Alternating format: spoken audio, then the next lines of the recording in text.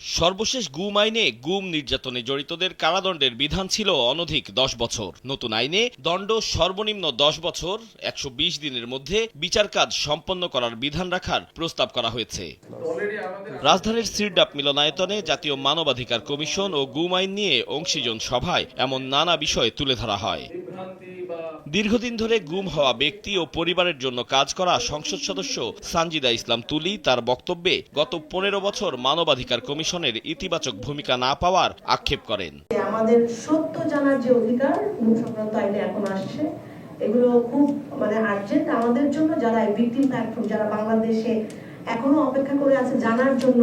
স্বামী ইলিয়াস আলীর গুম হওয়ার পর ভুক্তভোগী ব্যক্তি ও তাদের পরিবারের বিচার পাইয়ে দেওয়ার আকাঙ্ক্ষায় রাজনীতিতে আসার কথা উল্লেখ করে সংসদ সদস্য তাহসিনা রুশদি অন্তর্বর্তী সরকারের সময় গঠিত গুম কমিশনের কাজের কোনো অগ্রগতি না পাওয়ার অভিযোগ করেন। রেইনবো অ্যাক্রোপ্লাস্টে অ্যাক্রিলিক এমালশন থাকায় মুছে ফেলা যায় যে কোনো দাগ সহজেই। Rainbow paints, colour of joy. ভবিষ্যতে এই গুম আর কখনোই বাংলাদেশের জন্য এটা বাংলাদেশ থেকে চিরতরে যাতে নিষিদ্ধ হয়, সেটাই আমাদের প্রত্যাশা থাকবে। তবে যে গুম আইনটা হচ্ছে, যেটা সম্ভবত যেটা হচ্ছে প্রতিকার এবং প্রতিরোধ, এরকম একটি বিষয় কথা বলা আছে, তাহলে আমার প্রশ্ন হচ্ছে যে যারা আগে গুম হয়ে গেছে, যারা গুম হয়েছে, তাদের বিষয়টা কি? ইউএনডিপির কান্ট্রি রিপ্রেজেন্টেটিভ স্টেফান লিলার মানবাধিকার পরিস্থিতি পর্যবেক্ষণ ও উন্নয়নে বাংলাদেশের সঙ্গে কাজ করে যাচ্ছেন বলে জানান। The new National Human Rights Commission meets international standards, particularly those related to independence.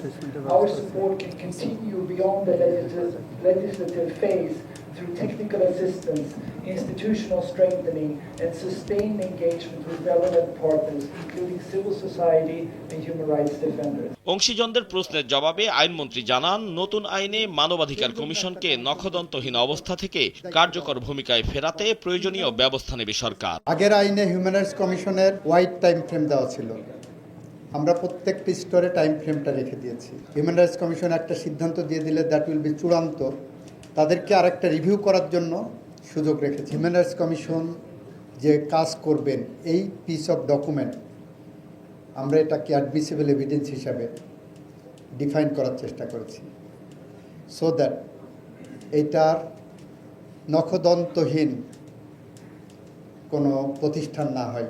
জবাবদিহি নিশ্চিতে গুম আইন প্রণয়ন করা দরকার বলেও জানান মন্ত্রী। থেকে আমরা এখানে আতাউর কাউসার, সময় সংবাদ, ঢাকা।